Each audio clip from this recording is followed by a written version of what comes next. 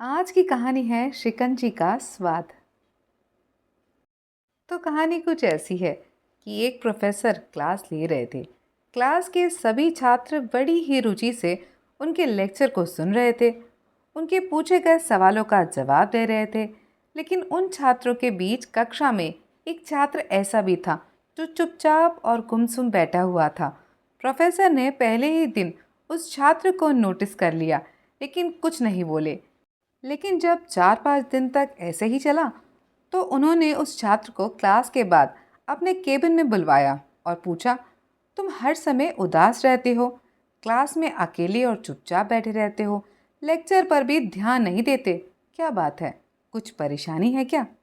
Sir, वो छात्र कुछ हिचकिचाते हुए बोला, मेरे अतीत में कुछ ऐसा हुआ है जिसकी वजह से मैं परेशान रहता हूँ। समझ नहीं आता क्या करूँ। प्रोफेसर भले व्यक्ति थे। उन्होंने उस छात्र को शाम को अपने घर पे बुलवाया। जब छात्र प्रोफेसर के घर पहुंचा, तो प्रोफेसर ने उसे अंदर बुलाकर बिठाया। फिर स्वयं किचन में चले गए और शिकंजी बनाने लगे। उन्होंने जानबूझकर शिकंजी में ज़्यादा नमक डाल दिया। फिर किचन से बाहर आकर शिकंजी का ग्लास छात्र को देकर कहा, ये लो, शिकंजी पियो। छात्र ने ग्लास हाथ में लेकर जैसे ही एक घूंट लिया, अधिक नमक के स्वाद के कारण उसका मुंह अजीब सा बन गया। ये देखकर प्रोफेसर ने पूछा, क्या हुआ? शिकंजी पसंद नहीं आई? नहीं सर, ऐसी बात नहीं है, बस शिकंजी में थोड़ा नमक ज़्यादा है।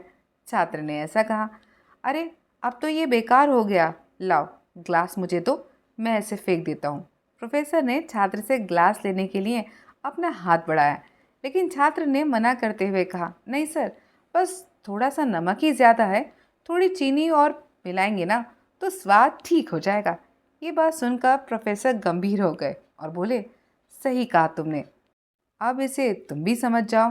ये शिकंजी तुम्हारी जिंदगी है, इसमें घुला अधिक नमक तुम्हारे बुरे अनुभव हैं। जैसे नमक को शिकंजी से बाहर नहीं निकाल सकते, वैसे ही उन बुरे अनुभवों को हम जीवन से अलग नहीं कर सकते। ये बुरे अनुभव भी जीवन का ही हिस्सा हैं।